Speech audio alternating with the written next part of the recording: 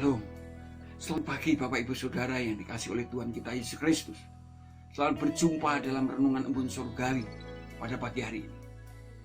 Dan pada pagi hari ini marilah kita merenungkan firman Tuhan dari kitab 1 Petrus pasal 5 ayat 7 yang mengatakan, serahkanlah segala kekhawatiranmu kepadanya sebab ia yang memelihara kamu. Saya berikan tema renungan ini adalah berserah berbeda dengan pasrah. Bapak Ibu Saudara yang dikasihi oleh Tuhan kita Yesus Kristus, sesungguhnya selagi kita masih hidup di muka bumi ini, ada kalanya kita juga ada rasa khawatir, takut dan cemas. Menurut Kamus Bahasa Indonesia, kata khawatir itu berarti takut, gelisah, dan juga cemas terhadap sesuatu hal yang belum diketahui dengan pasti. Jadi walaupun belum diketahui dengan pasti, saya dan saudara sering ada juga rasa takut, cemas, dan khawatir. Kalau sekarang mungkin takut kena COVID, ya, khawatir kena COVID, khawatir kena PHK, khawatir usahanya hancur, khawatir pekerjaannya tidak lancar. Tapi Rasul Petrus ingin supaya saya dan saudara sungguh-sungguh menyerahkan rasa takut, khawatir, gelisah ini kepada Tuhan. Karena menyerahkan rasa takut, khawatir, dan gelisah kepada Tuhan itu berbeda dengan pasrah.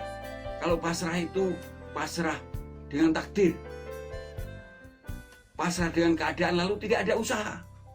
Tapi kalau menyerahkan kepada Tuhan, berdasarkan bahasa kita, bahasa iman, bahasa Alkitab adalah tetap berusaha untuk mengatasinya, tetapi berserah penuh kepada Tuhan supaya kehendak Tuhan saja yang jadi. Dan kemudian sesungguhnya kata menyerahkan segala kekhawatiran kita artinya sesungguhnya juga bisa berarti jangan bercabang. Karena kata khawatir bisa berarti pikiran yang bercabang. Rasul Petrus ingin pikiran saya dan saudara tidak bercabang, tapi fokus kepada Allah. Oleh sebab itu, supaya menyerahkan segala kekhawatiran itu kepada Allah, atau meletakkan segala kekhawatiran itu kepada Allah, tidak perlu pikiran kita bercabang dengan masalah, tapi fokus kepada Allah. Mengapa? Karena Tuhan berkuasa memelihara hidup kita. Seperti apa yang dikatakan oleh Rasul Petrus dalam 1 Petrus pasal yang kelima ayat yang ke-7 bagian akhir.